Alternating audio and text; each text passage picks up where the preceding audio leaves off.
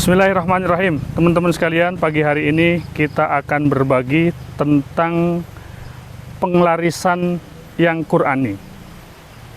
Jadi kalau teman-teman membangun satu usaha, dagang, jualan, untuk penglarisan teman-teman nggak perlu datang ke dukun, nggak perlu minta jimat penglaris, ya.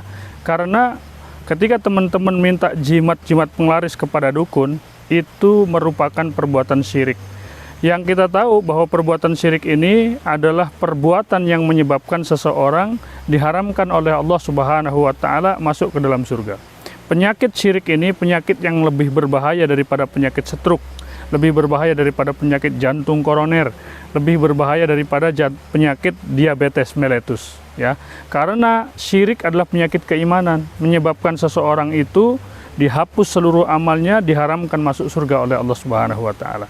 Nah, kalau teman-teman ingin penglarisan yang Qur'ani, yang Islami, Allah Subhanahu wa Ta'ala mengajarkan kepada kita di dalam surat Fatir ayat 29. A'udzubillahi minasyaitonirrajim. Innalladzina yatluna kitaballah wa aqamus shalah wa anfaqu mimma razaqnakum sirra wa alaniyah yarjuna tijaratan lan tabur. Orang yang selalu membaca kitab Allah, menegakkan sholat, dan berinfak secara sembunyi-sembunyi ataupun terang-terangan, mereka itulah orang-orang yang mengharapkan niaga atau bisnis yang tidak ada ruginya.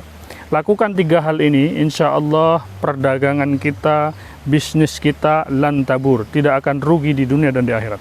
Yang pertama, selalu baca kitab Allah. Karena kitab Allah, Al-Quran ini ketika dibacakan, dia menjadi cahaya.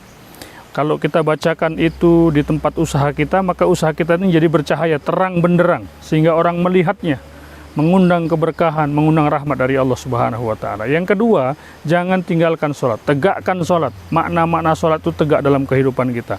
Jadi bukan hanya sekedar dilaksanakan, tapi juga ditegakkan dalam kehidupan. Yang ketiga, keluarkan sebagian rizki yang Allah telah anugerahkan kepada kita itu sirran wa alaniyah, sembunyi-sembunyi ataupun terang-terangan, dan lakukan itu semata-mata karena mengharapkan pahala dari Allah Subhanahu wa Ta'ala, mengharapkan kebaikan dari Allah Subhanahu wa Ta'ala. Jika 3 hal itu dilakukan, kita telah melakukan penglarisan Qur'ani, akan mendapatkan tijaratan lan tabur, perniagaan yang tidak akan pernah punah, perniagaan yang tidak akan pernah rugi.